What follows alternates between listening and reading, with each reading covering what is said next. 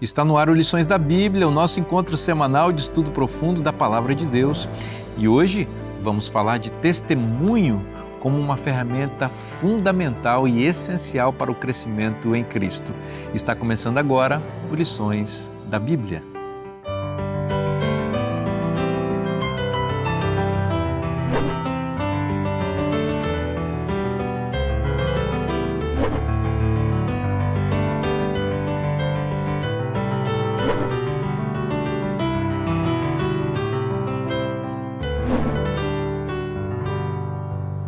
Nós já estamos juntos aqui para começar esse programa, para estudar a Bíblia com você, estamos ansiosos e eu tenho certeza que Deus tem muitas bênçãos para falar ao seu coração hoje.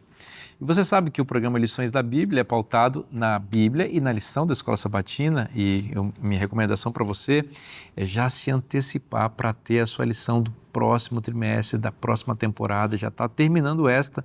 Então, o que você está esperando? Entre em lições.cpb.com.br para você também ter acesso ao material lindo que nós vamos estudar na próxima temporada. Bom, e esse programa aqui é feito na companhia de bons amigos que estão conosco aqui ao longo dessa temporada e eu apresento mais uma vez para vocês aqui Denise Lopes. Bem-vinda. Obrigada, pastor. Realmente, né, a gente vai começando a ficar assim com saudade. Porque são 13 momentos, né? Estamos já na 12ª lição e a gente vai já conhecendo a maneira como cada um gosta de se expressar e a intimidade vai vindo. É um time, né? É um time. Mas hoje eu quero deixar um abraço também. Dessa vez vai para todas as esposas de pastores, líderes do Ministério da Mulher, coordenadores distritais, com quem a gente trabalhou durante tanto tempo, né? Foram 25 anos de AFAM, mais 23 do Ministério da Mulher. Então, muitas pessoas a gente entrou em contato. Então, um abraço especial de gratidão, porque são pessoas que fizeram a diferença e a gente às vezes sonha muito, né?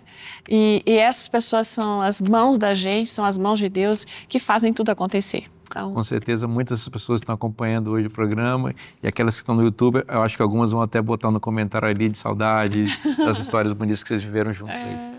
Pastor Marlton, bem-vindo mais uma vez. Estamos aí, mais uma vez, feliz, grato a Deus por essa jornada. E quero mandar um abraço a todos os missionários da igreja.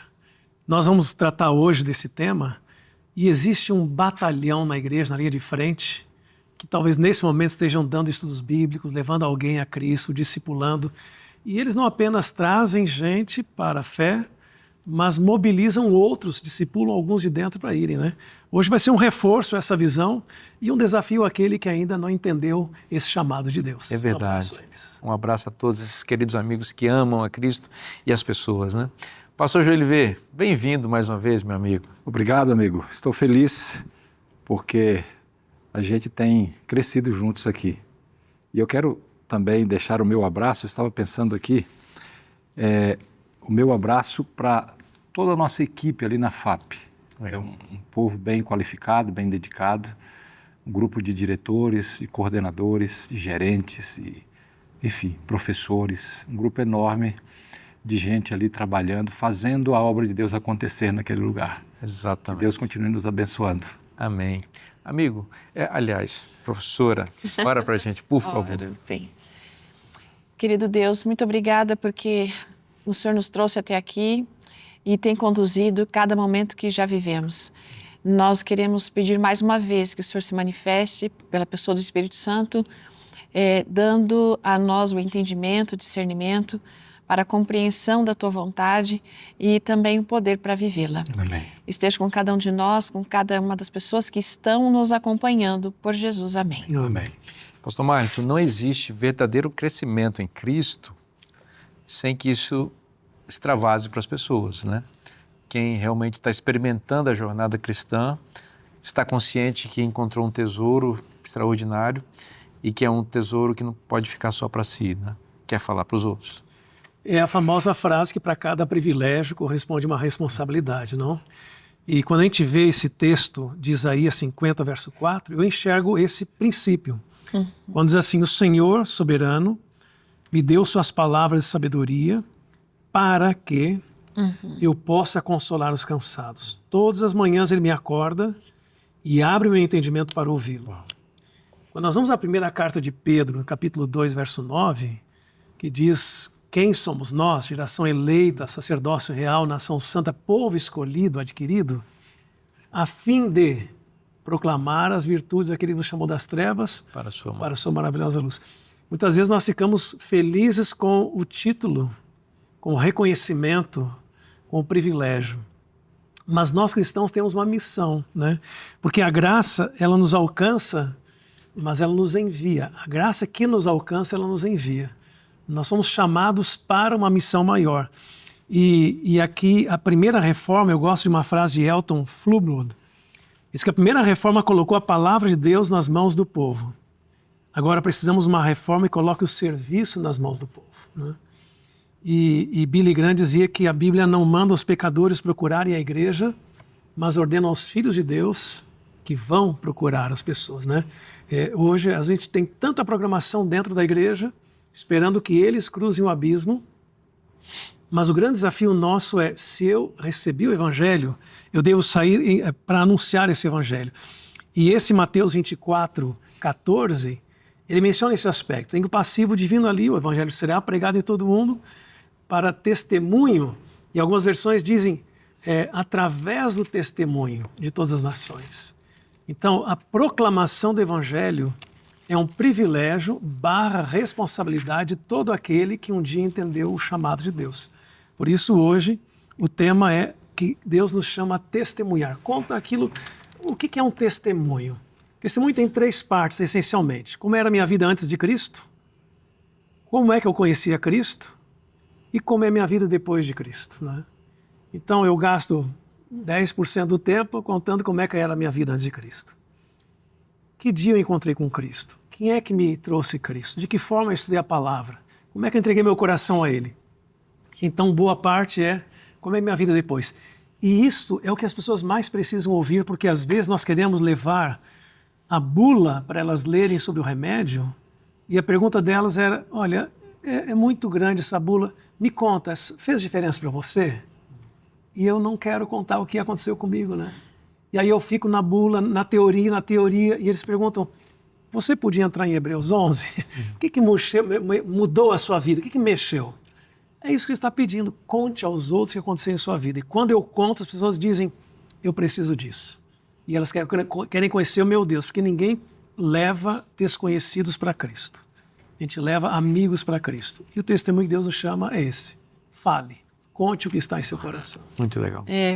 Interessante que a lição vem colocando aqui para a gente, especialmente na parte da introdução, que esse testemunho não acontece apenas por meio da palavra, mas por meio das nossas atitudes, por meio das nossas ações. E talvez seja por aí que a gente abre a porta, que a gente chega no coração dos outros, né? Porque nós vamos chamar a atenção. Se Cristo habita em mim, eu vou estar refletindo esse caráter de alguma maneira, e isso vai ser evidenciado pela maneira como eu trato as pessoas, como eu conduzo a minha vida, né? A maneira como eu lido com as situações e circunstâncias. Então, elas observam, né? Nós somos um espetáculo ao mundo e ao universo, e estamos aqui para dar esse testemunho. Então, Ellen White tem até um texto muito interessante que vem num comentário, né? Que diz assim: todos nós exercemos uma influência pessoal. Nossas palavras e ações deixam uma impressão indelével. É nossa responsabilidade viver, não para o eu, mas para o bem dos outros. Ser controlados não por sentimentos, mas por princípios. Devemos considerar que nossa influência é um poder para o bem ou para o mal. Ou somos luz para alegrar, ou uma tempestade para destruir. E às vezes, né, no dia a dia, às vezes em coisas simples da nossa vida, a gente faz uma cara feia, a gente responde de um jeito diferente, a gente mostra irritação, né? E como aquelas coisas que nós vimos na lição anteriormente, que eram barreiras para o meu relacionamento com Deus e tudo mais, estas mesmas coisas se transformam em barreiras para o outro encontrar Cristo Jesus, né? Então, o testemunho é uma coisa realmente ampla.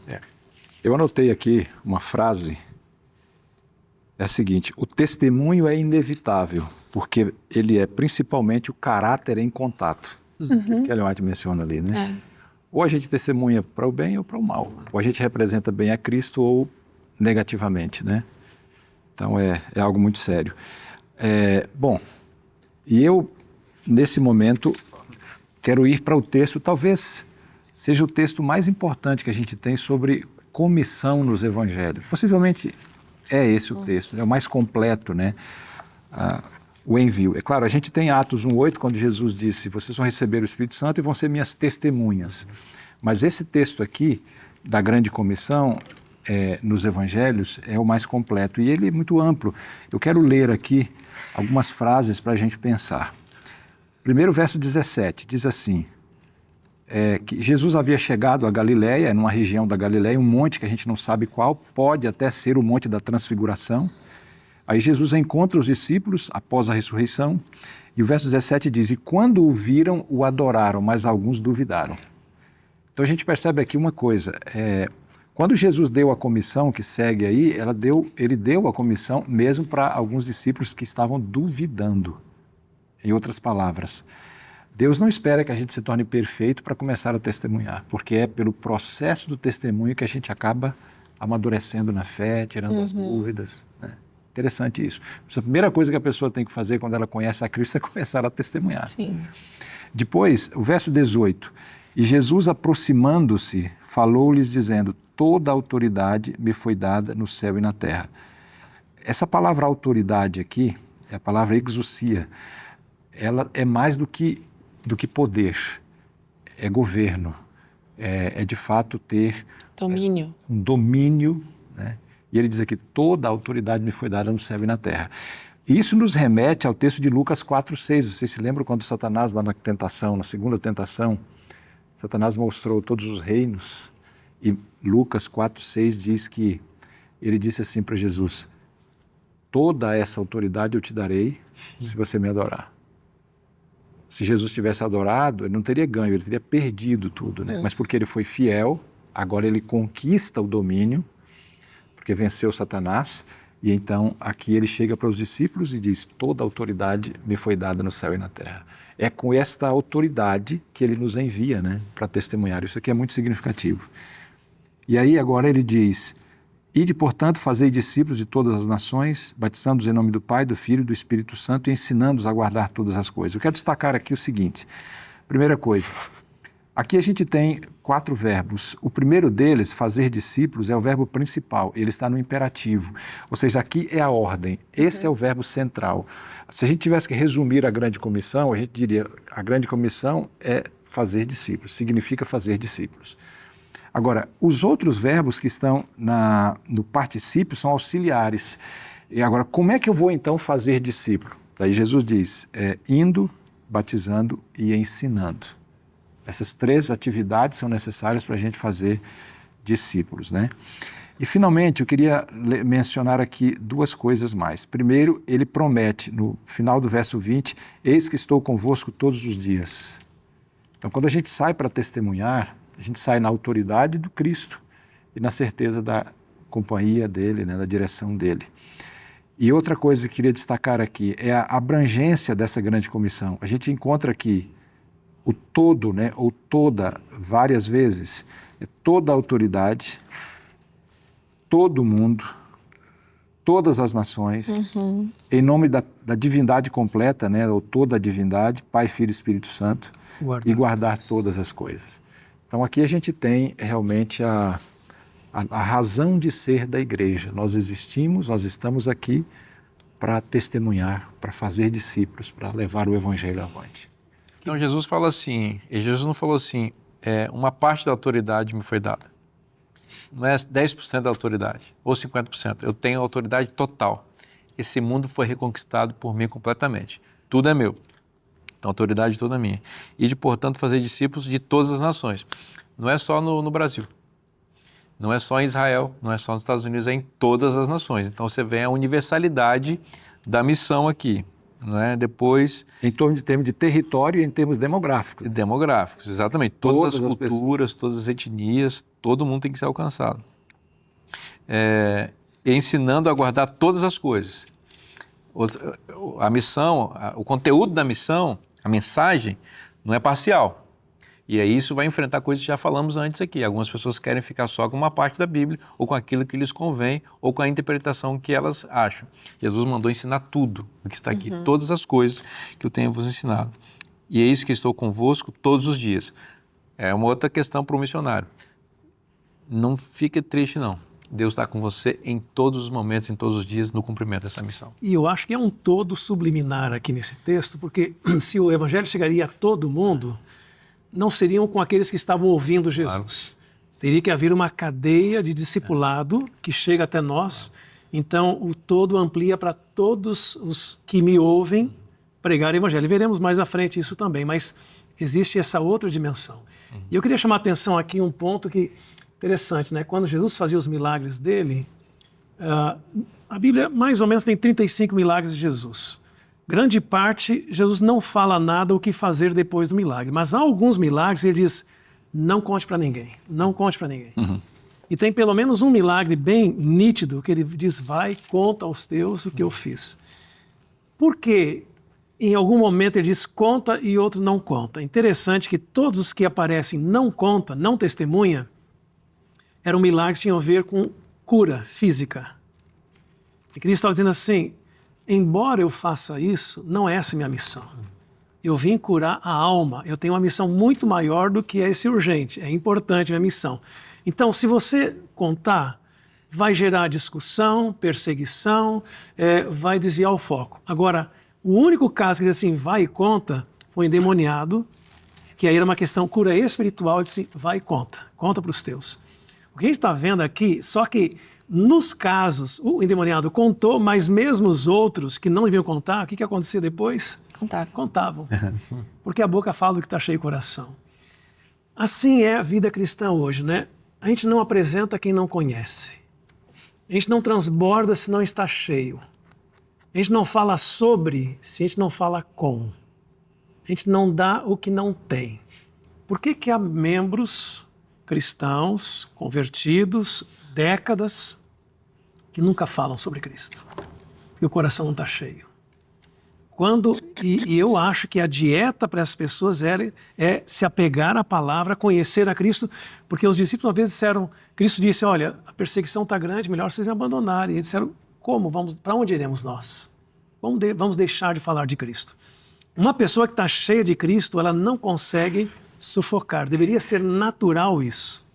Então, eu creio que para que todos os membros entendam que eles fazem parte da grande comissão, eles precisam conhecer, crescer no conhecimento de Cristo, que é o tema dessa lição, porque se as lições anteriores que estudamos forem bem aplicadas, esta aqui não vai ser problema.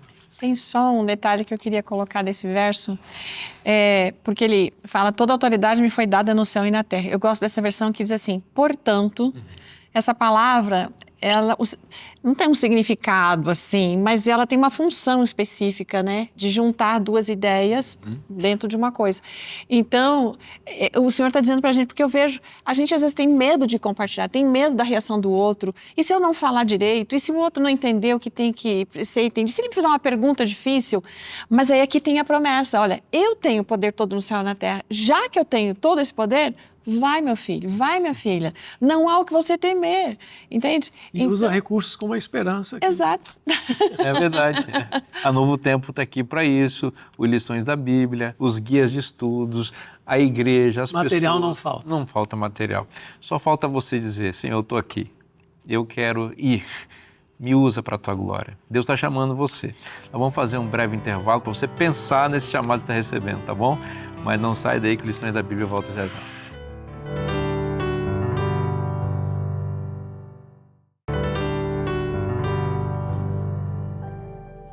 A fé não pode ser rasa, ela precisa ser fundamentada. E a revista Esperança, eu creio, foi preparada para apresentar de forma organizada e bíblica e profunda os pilares da fé cristã. Deus, salvação, lei, graça, igreja, esperança futura e outros temas são tratados nessa revista.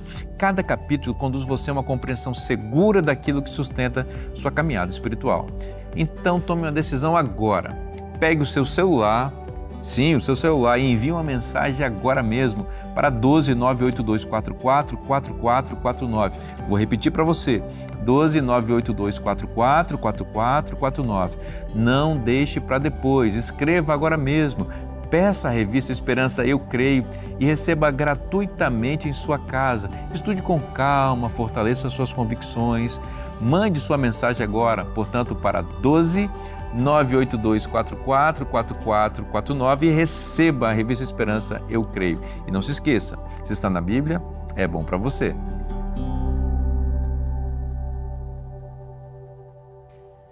Já estamos de volta agora para o segundo bloco do programa Lições da Bíblia de hoje, em que estamos estudando sobre a missão e como ela é importante nesse processo do nosso crescimento em Cristo. Obrigado pela sua companhia, pela sua presença.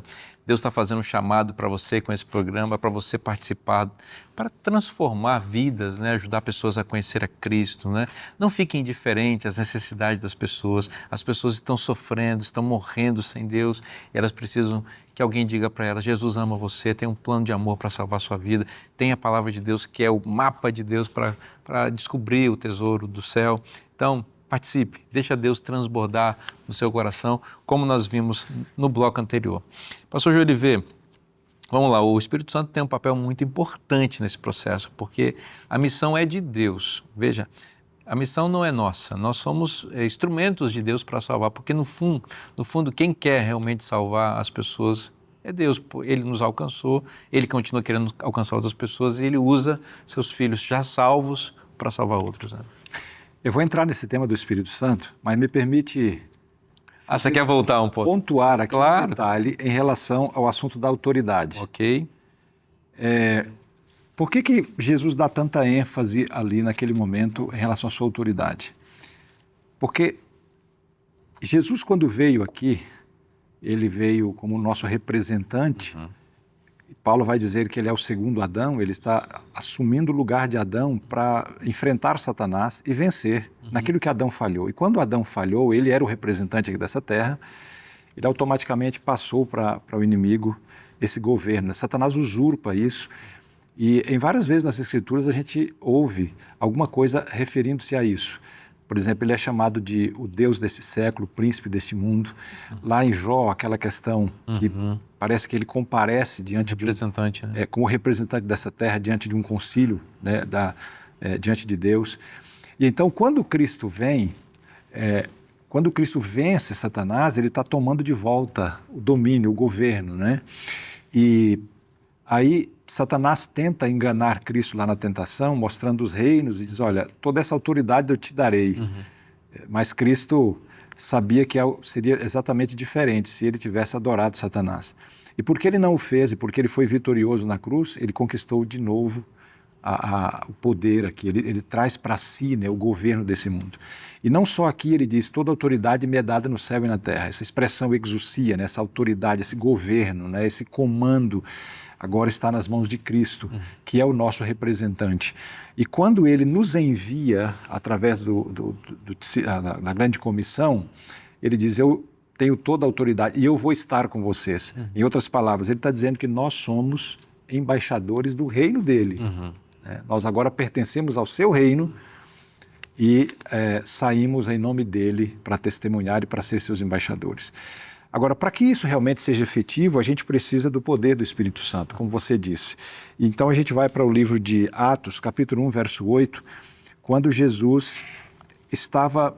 Esse verso está dentro desse contexto mesmo da grande comissão. Se você me permite, antes de você avançar para o Espírito Santo aí, ainda nesse assunto da autoridade, é como se um governante destronasse um tirano que estava oprimindo uma nação. Então imagine uma nação oprimida por um tirano terrível, um ditador horrível que maltrata as pessoas, coloca pesados impostos, coloca leis injustas, oprime as pessoas, encarcera muitas. Então aquela nação vive opressa, sem saber para onde ir, e aí de repente aparece um herói que é daquele próprio povo, surgiu dali, vai até a capital onde esse tirano está sentado no trono, tira esse tirano do poder, aprisiona esse tirano e ele estabelece um novo regime, um novo governo de paz e liberdade.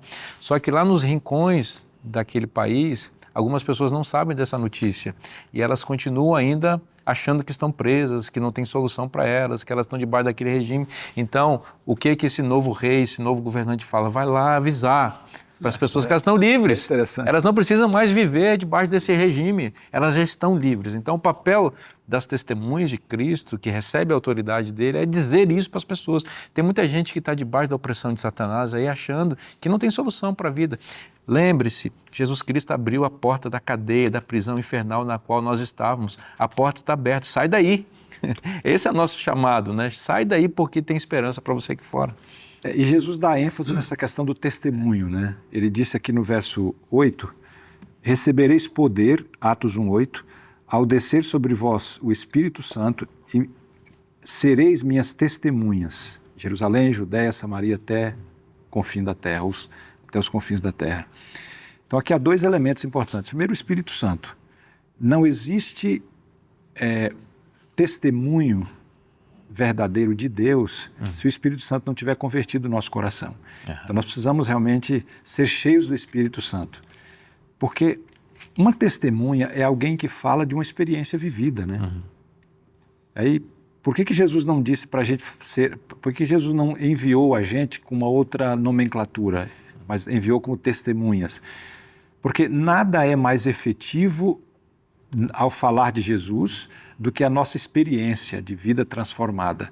Quando as pessoas olham para nós e veem o efeito do Evangelho em nossa vida, isso traz um efeito muito importante na vida delas também. Elas vão acreditar, não há como duvidar disso, né? Então a gente é testemunha. E para ser testemunha, nós precisamos experimentar. A testemunha fala do que vive, do que experimenta. E por isso o Espírito Santo é fundamental.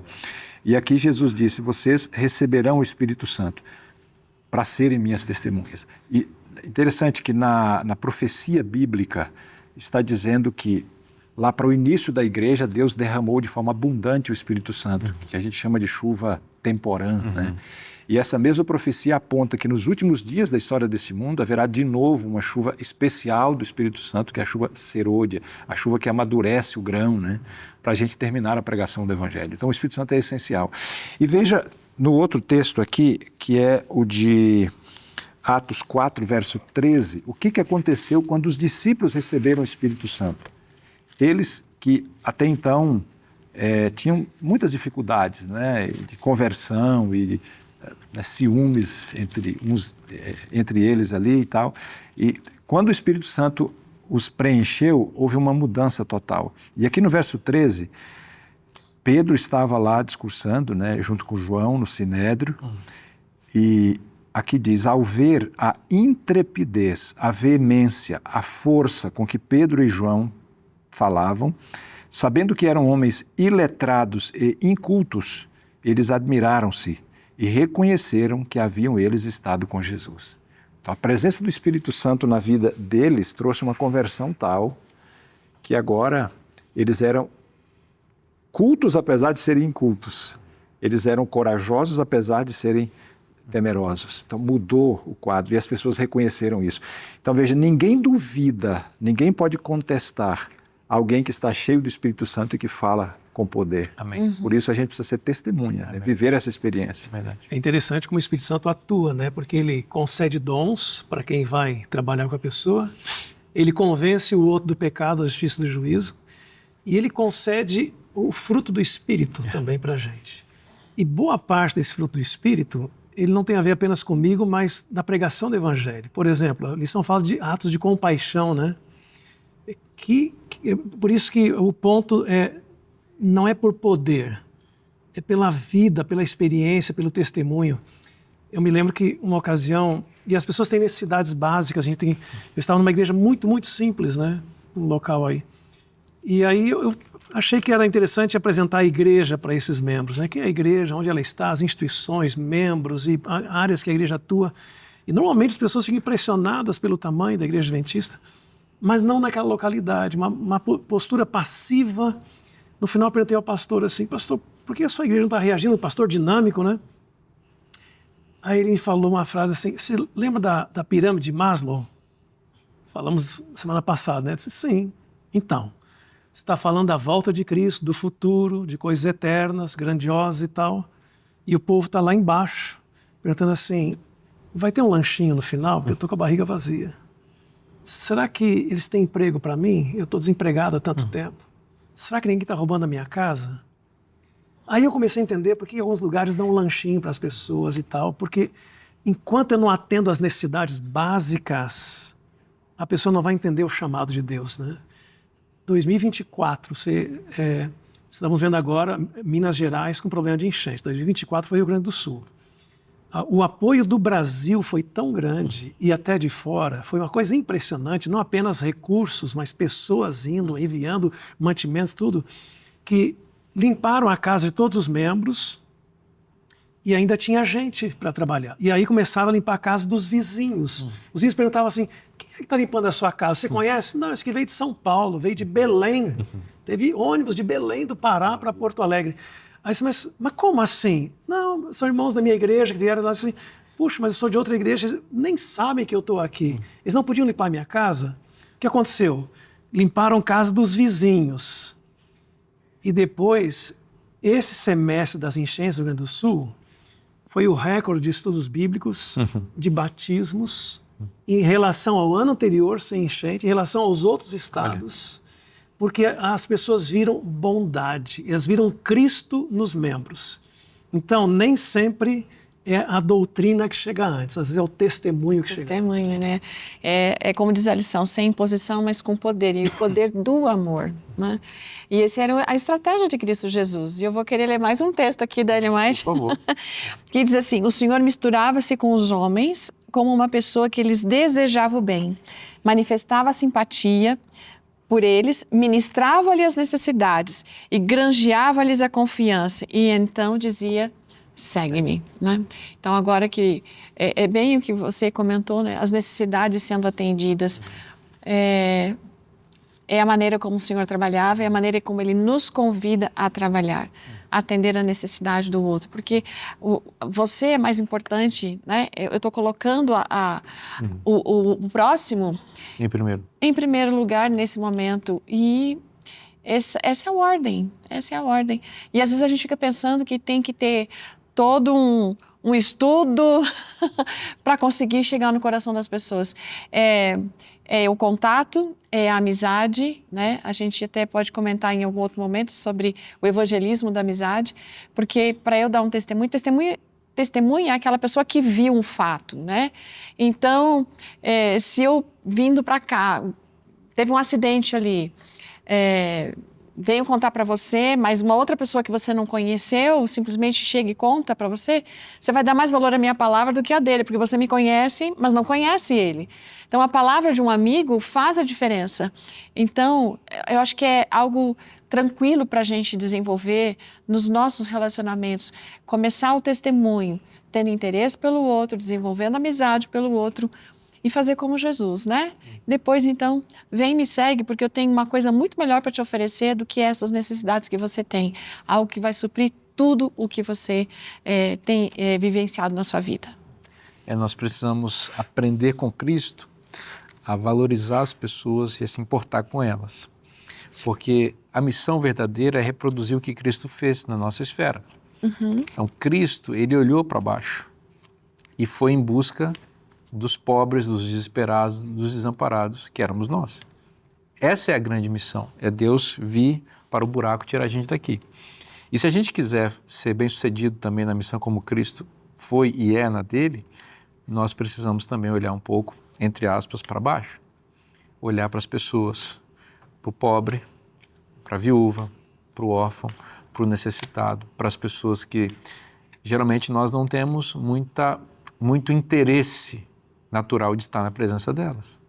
E aí você vai encontrar as pessoas carentes, as pessoas com fome. E aí, quando nós somos para ela não só conversa, né, porque as pessoas também estão meio cansadas de conversa, sabe? Fotografia. Quando nós somos para ela verdade, quando nós somos para ela o alimento que ela precisa, quando nós somos para ela educação, cultura, desenvolvimento profissional, quando nós somos para ela tudo isso para que ela conheça Cristo, que é o foco, que é o mais importante, vai começar a fazer de sentido e diferença na vida dessas pessoas. Eu conheço pessoas, vocês também se conhecem e também são pessoas assim, que marcam a vida de pessoas porque são realmente interessadas nas pessoas, tanto em ouvir as pessoas, aquelas que talvez não tenham uma necessidade financeira, mas têm uma necessidade emocional. Para um pouquinho, ouve a pessoa, ela tem coisas para dizer. Outras são carentes mesmo, então você vai dentro da casa da pessoa, vê lá e encontra a pessoa em cima da cama lá sofrendo, tira a pessoa de lá, leva ela no médico, cuida dela. Você vai ver que a missão vai acontecer, as portas vão se abrir, né? Quando a gente chega primeiro ao coração, aí a mente também se abre para ouvir a palavra, né? Eu me lembrei aqui da experiência de Ruth e Noemi. Eu mencionei aqui um pouquinho, mas queria agora dentro desse contexto aí enfatizar. 3 vezes aparece lá a palavra Hesed, que significa benevolência, bondade e tal. A gente não tem ali, ao ver o livro de Ruth, a gente não tem ali, parece uma ação intencional de Noemi para convencer Ruth ou para converter Ruth. Mas elas conviveram 10 anos. E o fato de Noemi ter sido benevolente com Ruth e mostrar na vida prática a experiência com Deus, testemunhar pelo caráter, quando chegou o momento da separação, Ruth simplesmente abandonou tudo. Abandonou a cultura, a família, abandonou o seu próprio Deus para seguir Noemi, o seu Deus, dizendo, onde você morrer, eu vou morrer junto. Então isso faz diferença. Seu povo é meu povo, seu Deus é o meu Deus, né? É isso que a gente precisa, ser essa Noemi na vida de tantas Ruths aí, né? Desamparadas, viúvas, sozinhas, precisando de Deus. Se tiver amor genuíno, se tiver confiança de verdade, se as pessoas perceberem que nós não temos segundas intenções nem interesses nelas, apenas interesses em ajudá-las, em salvá-las, o coração vai se abrir e o Evangelho vai brilhar na mente delas também. Vamos fazer um breve intervalo, não sai daí, o Lições da Bíblia volta já já.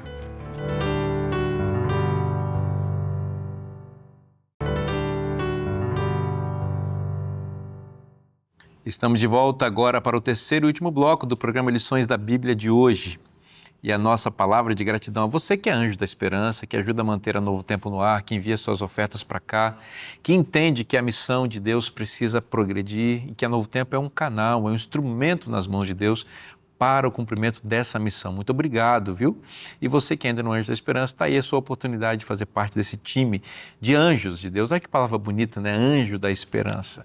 São pessoas que entendem que tem uma missão especial e que compartilham essa missão ou que cumprem essa missão, também enviando recursos para que este canal, essa instituição, continue pregando o Evangelho. Você já percebeu que a Novo Tempo não tem na TV anúncios aqui? Você percebeu isso? Nem na TV, nem na rádio, nem na web. Nós não anunciamos, não vendemos nossos intervalos comerciais para conseguir recursos com isso, porque nós entendemos que toda a nossa programação, inclusive o intervalo, é para pregar o Evangelho, porque de repente está no intervalo, mas tem uma pessoa que conecta ao canal, ela precisa ouvir de Cristo, precisa saber de Cristo. E é por isso que a Novo Tempo está 24 horas por dia falando de Cristo. Por isso precisamos do seu apoio. Então envie para cá as suas doações, aquelas que Deus colocar no seu coração. O Novo Tempo não estabelece o valor, é você e Deus que sabe o que você pode enviar. Isso vai ser recebido aqui com muita responsabilidade, usado integralmente para o cumprimento da missão. Pastor Marcos, estamos falando de missão. E, bom, o senhor liderou a igreja há muitos anos no sul do Brasil, em outras partes, e trabalhou diretamente, né, no cumprimento da missão, liderando, né, esse exército grande de pastores e de obreiros no cumprimento da missão, e você certamente se deparou muitas vezes com estratégias e métodos distintos, todos eles naturalmente vindos da Bíblia. Como é importante a gente ter a forma certa para pregar o Evangelho, para alcançar as pessoas com as necessidades que elas têm? Veja, se a Bíblia apresenta muitos dons do Espírito, não é apenas porque eu gosto de algum dom, mas é porque do outro lado tem carências diferentes. Exato. Né? Talvez seja o maior motivo, não é simplesmente para me agradar, é para eu chegar na necessidade da outra pessoa. Esses tempos a gente tinha um folheto circulando aí em algumas regiões do Brasil que aparecia 150 maneiras de falar de Cristo. E aonde a gente levava, alguém aparecia dizendo assim, olha, tem mais essa, tem mais aquela. Tinha um que só evangelizava por telefone. Ele conseguia entrar em todos os lugares, políticos e tal. Eu me encontrei com um casal que disse assim, pastor, nós nos aposentamos agora. E ele diz assim, eu sou eletricista. E eu decidi que agora eu vou trabalhar de graça só cobrando material de quem aceitar estudar a Bíblia comigo. E a esposa, a enfermeira alto padrão, disse a mesma coisa. Pastor, eu vou cuidar de idosos de graça se estudar a Bíblia comigo. E faziam desse um ministério. Maravilha. E outro dia me encontrei com um irmão na porta da igreja com uma sacola e as pessoas colocando coisa dentro. Era um 13º sábado, onde colocavam esse guia de estudos e outros livros. Por que ele não está pegando isso? Meu papel, e era em Curitiba, é nas estações tubo de ônibus, colocar livros ali. Esse é o meu ministério. Então, existem dons diversos porque existem carências diversas. Ellen White chega a dizer assim que não nos esqueçamos de que diferentes métodos devem ser empregados para salvar diferentes pessoas. Há muita carência e quando eu chego para a necessidade daquela pessoa, é muito mais fácil me aceitar. Outra coisa, quando eu vou pregar para alguém de uma determinada denominação, a tendência nossa é partir do que nós temos diferente, né? Quando deveríamos partir daquilo que nós temos em comum. Olha, isso aqui você crê igual eu creio, isso aqui está na Bíblia, está na Bíblia. O que é que nos distingue? Isso lá no final. Mas a nossa natureza é querer mostrar que eu sou diferente, a minha relevância, e nós vamos afugentando. Agora, há alguns princípios que são universais e independem do dom. Por exemplo, eu já mencionei há pouco tempo atrás aqui, não se ganha desconhecidos para Cristo. Se você olhar nas estatísticas da Igreja Adventista, pelo menos, o número de pessoas que entram por desconhecidos ou conhecidos não é tão diferente. Mas daqueles que ficam na fé, é quase 90% de pessoas que vieram por amigos, parentes e vizinhos. Amigos, parentes e vizinhos. Por quê? Porque tem alguém para testemunhar o que é a vida cristã, tem alguém para ampará-lo, tem alguém para ele perceber o quanto aquilo ali é relevante, que faz diferença, e existe um discipulador constante ali. Quando eu vou evangelizar alguém de uma outra região que ele nem sabe da minha vida, é um pouco mais distinto. Por isso, o Novo Tempo usa membros das igrejas locais para que entrem em contato pessoal. Então, primeiro ponto, tem que ter amizade. Segundo ponto, eu tenho que ser relevante para esta pessoa. Eu tenho que dar um testemunho dizendo o que Cristo fez na minha vida. Eu tenho que prestar um serviço, eu tenho que mostrar utilidade para essa pessoa. Então, depois desses passos, eu vou levar na minha casa, vou fazer essa amizade, aí eu vou, depois de um testemunho, eu vou apresentar Cristo para essa pessoa e fazer um convite para estudar a Bíblia. Dificilmente alguém nega. Ele conhece meu testemunho, sabe o estilo de vida que eu tenho, ouviu a história da minha vida, o quanto Cristo mudou minha vida. Então vem o estudo da Palavra de Deus. No final, o apelo e um convite para discipular. Agora, o que você recebeu, faça com o outro. Esses são princípios que funcionam em qualquer lugar, né? E independente do dom que você tenha, esses princípios fazem diferença. Eu creio nessa parte do testemunho pessoal e eu só quero completar por um outro aspecto. A necessidade que a gente precisa ter de testemunhar como comunidade, né? Porque quando a pessoa vem à nossa igreja, ela não pode se sentir como estando à parte, né? Mas que, não, aqui é uma família onde eu consigo me... Acolhimento, né? Exatamente, é de sermos uma igreja acolhedora, não é? E isso é importante, por exemplo, para os nossos amigos, mas também aquelas pessoas que acompanham o Novo Tempo, que tem tantos que fazem estudos aqui e procuram, são incentivados a encontrar uma igreja perto da casa deles. Então, esse acolhimento, esse senso de família é extremamente importante para esses que estão chegando, como também para aqueles que acabaram de aceitar Cristo Jesus, que entregaram a vida a Cristo Jesus, porque muitos, ao fazerem isso, acabam deixando amigos, porque às vezes perdem, não tem mais tanta coisa em comum. Nós precisamos ter esse senso de testemunho, de unidade, de família, para com os que estão chegando na fé, para aqueles que estão conhecendo a palavra, porque eu acho que a gente faz a família crescer, né? E a gente não cai tanto no problema que às vezes acontece em lugares das pessoas começarem a se afastar da igreja, né? A gente tem que lembrar que a igreja não é um clube social que a gente compra um título e fica ali usufruindo dela e enquanto a pessoa não tem esse título, a gente não abraça. A igreja, na realidade, é a reunião dos crentes que saem para o cumprimento da missão e que se reúnem 1 ou 2 ou 3 vezes por semana, que seja, para celebrar as bênçãos dessa missão lá fora e que trazem as pessoas também para essa celebração. A gente precisa enxergar a igreja dessa perspectiva, uma igreja sem muros, né? Em que as pessoas são acolhidas, são recebidas, são amadas, são integradas, são discipuladas, são ensinadas a guardar todas as coisas. Elas veem o evangelho não apenas de palavras, mas integralmente na vida, né? Em contato, em abraços, em carências atendidas, né? Enfim. Essa é a igreja ideal, né? Essa é a igreja... Quando isso acontece, desculpa, pastor, Não? ela começa a testemunhar de Jesus antes mesmo de decidir pelo batismo, né? Exatamente. Um outro elemento, assim, que a lição nos traz aqui é um elemento complexo, que é o assunto do afastamento, né?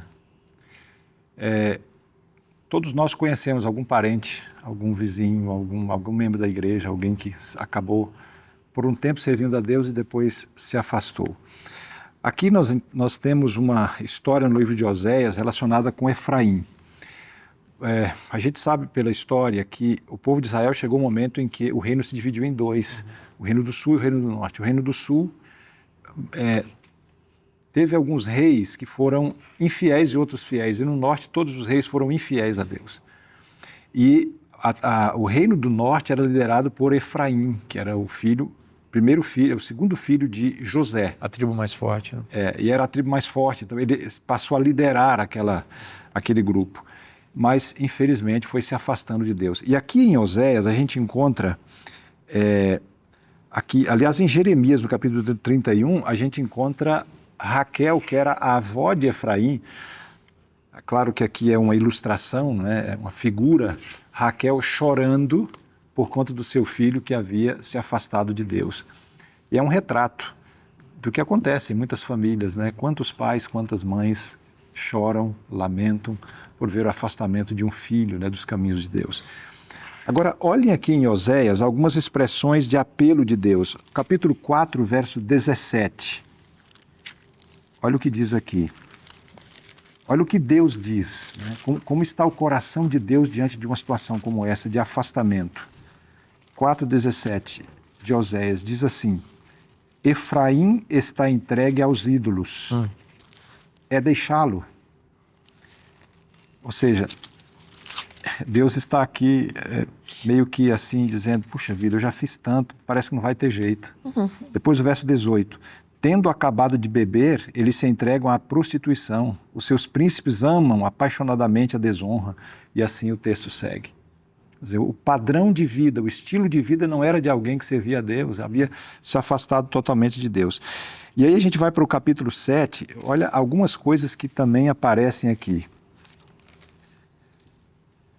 No verso 1, eu vou ler só algumas frases aqui. Praticam a falsidade, há ladrões entre eles. Verso 3, malícia, mentira, adultério. Depois, verso 6, toda noite dorme o seu furor, mas... vou para o verso 7. Ninguém há entre eles que me invoque. Verso 10, não voltam para o Senhor seu Deus, nem o buscam em tudo isso. Agora veja, o verso 13, Deus diz assim, eu os redimiria, mas eles falam mentiras contra mim, não clamam para mim de coração. Ou seja, aqui há um retrato, e aí segue, né? Aliás, deixa eu ver o 16 ainda, diz aqui, olha, eles voltam, mas não para o seu Deus, para o Altíssimo. Parece assim, quando a gente lê esse texto aqui de Oséias, a gente vê assim Deus lamentando profundamente, né, com dor no coração por ver a dureza desses filhos a quem ele amava, né? Porque aqui Efraim está representando toda a nação do norte ali de Israel, que havia se afastado. E por conta desse afastamento, eles foram para o cativeiro, ou seja, todo o sofrimento, toda a dor que veio. E Deus sabia tudo isso. E isso podia ter sido evitado se eles simplesmente se voltassem para Deus. E isso me lembra Jesus chorando, olhando para Jerusalém, dizendo, eu queria tanto te acolher como uma galinha colhe os pintinhos, mas você não quer. Sua casa vai ficar deserta. As consequências do afastamento de Deus são terríveis. Porque quando a gente se afasta das asas protetoras de Deus, a gente se torna totalmente vulnerável, né, ao inimigo. E Satanás vai trazer dor, sofrimento, tristeza. Enfim, a Bíblia está aqui de forma muito clara, mostrando o desejo de Deus de que a gente não se afaste dele. E quando alguém se afasta, ele apela para voltar, né? Exatamente. Há uma frase muito interessante, icônica, que ela diz assim que a igreja é o único exército que mata os seus soldados feridos, né?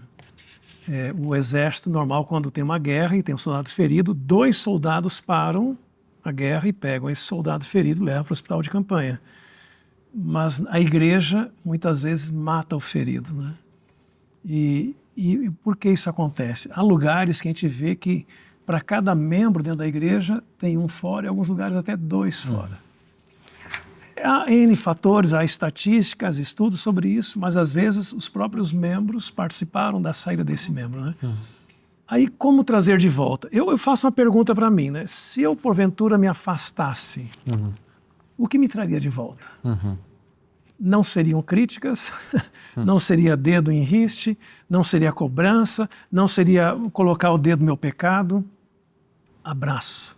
Amor. Foi isso que Cristo fez com o pecador, foi isso que o Pai fez com o filho pródigo, foi isso que o bom pastor fez com a ovelha, foi lá onde estava. E quando o perdido sente em nosso abraço o amor do Pai, ele está pronto para voltar. Que Deus maravilhoso, né? Que não nos abandonou, veio a esse mundo para nos salvar, nos salvou, nos redimiu e compartilhou conosco essa missão extraordinária. E existem filhos dele que estão perdidos aí fora.